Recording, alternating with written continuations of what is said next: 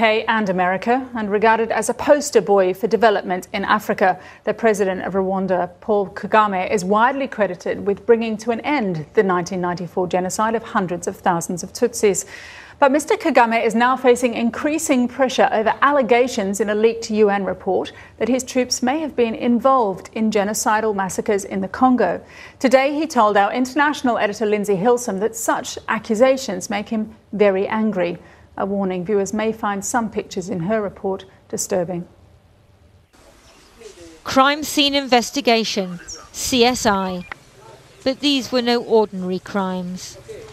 Congolese police are studying forensic science so they can find out about crimes against humanity, maybe even genocide, in their country's civil war.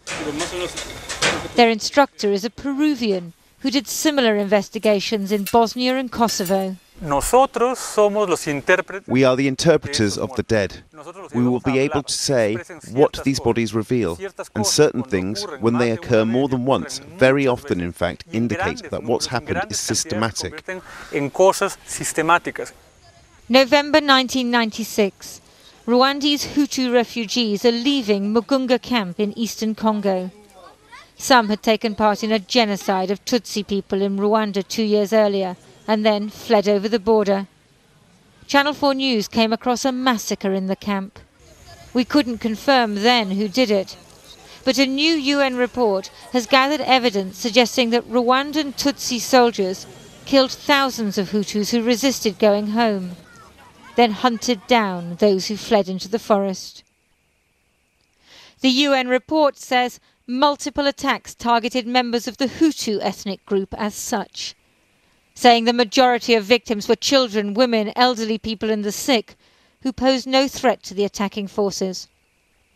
Concluding that the attacks reveal damning elements that, if proven before a competent court, could be classified as crimes of genocide.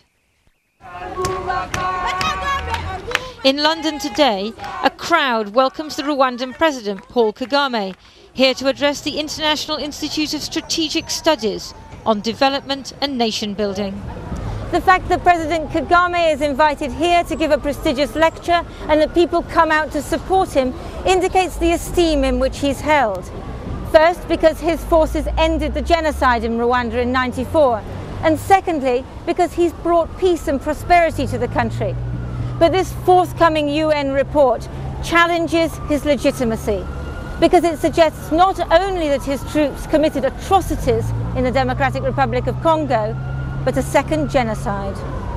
He's happy to exchange pleasantries, but he's angry that his government is now being accused of genocide, as if it was just as bad as the Hutu government which it ousted. To accuse Rwandan forces or Rwanda of committing genocide in the Congo or anywhere for that matter other than what happened in our own country is just absurd, and probably to say that people feel insulted and are very angry is an understatement. The forensic teams are learning to gather testimonies. All sides in Congo's civil war committed atrocities, soldiers of neighbouring countries, local rebels and military. Up to 5 million are believed to have died in a decade of war. In the east of the country, many blame the Rwandan army. These two men say they escaped when the villagers of Musekera were called to a meeting by Rwandan Tutsi soldiers, who then used machetes to kill them. She says she was in Mugunga camp when it was attacked in November 1996. And he says Rwandan soldiers massacred people identified as Hutus in Rutshuru Central Prison in October 1996. They started by killing mothers and young girls. It began to rain. Men and young boys were left on the side, but later that night they took us in groups of 10. When we got to the place of execution, I told my father, they're going to kill us because they've told us to remove our shirts. All around the town of Goma and beyond, there are shallow graves and people with painful memories. The UN report and the independent forensic experts call for further investigation and justice.